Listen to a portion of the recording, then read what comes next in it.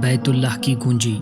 ہجرت سے پہلے بیت اللہ کی گونجی قریش مکہ کے قبضے میں تھی اور یہ گونجی عثمان بن طلحہ کے پاس رہا کرتی تھی۔ یہ لوگ بیت اللہ کو پیر اور جمعرات کے روز کھولا کرتے تھے۔ ایک دن حضور صلی اللہ تعالی علیہ وسلم تشریف لائے اور عثمان بن طلحہ سے دروازہ کھولنے کو فرمایا تو عثمان نے دروازہ کھولنے سے انکار کر دیا۔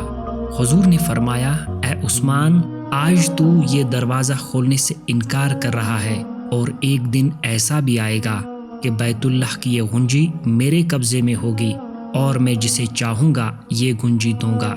عثمان نے کہا، تو کیا اس دن قوم قریش ہلاک ہو چکی ہوگی؟ دیکھا جائے گا۔ پھر ہجرت کے بعد جب مکہ فتح ہوا اور حضور صلی اللہ تعالی علیہ وسلم صحابہ کے لشکر سمیت مکہ میں فاتحانہ داخل ہوئے تو سب سے پہلے کعبہ شریف میں تشریف لائے اور اسی کلید بردار عثمان سے کہا، لاؤ وہ گونجی میرے حوالے کر دو۔ ناچارہ عثمان کو وہ گونجی دینی پڑی۔ حضور نے وہ گونجی لے کر عثمان کو مخاطب فرما کر فرمایا، عثمان، لوگ کلید بردار میں بھی تجھ کو مقرر کرتا ہوں، تم سے کوئی ظالم ہی یہ گونجی لے گا۔